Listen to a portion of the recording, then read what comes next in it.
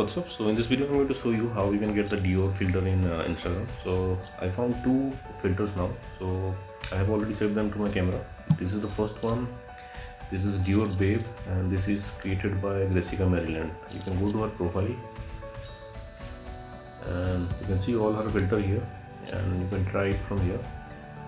You'll see a preview of the filter and you can try it from here, and you can save it to your camera from here. So this was the first one, and the second one, this is Dior. It's by Dior official. So let's go to, there is the effect also, you can change to process and all this. Okay, so this filter you will find in Dior official site. So let's go to Dior official site.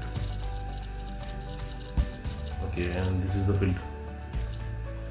You will see a preview of the filter here, and again you can try it from here, or you can save it to your camera from here, or you can go to my profile, and in my profile I have highlighted this Dior filters. You can see the filter here, and on the top of the highlights you can see the filter name and the creator name is there.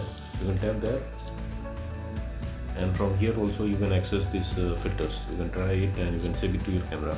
So that's it guys, thanks for watching the video, and see you in the next video.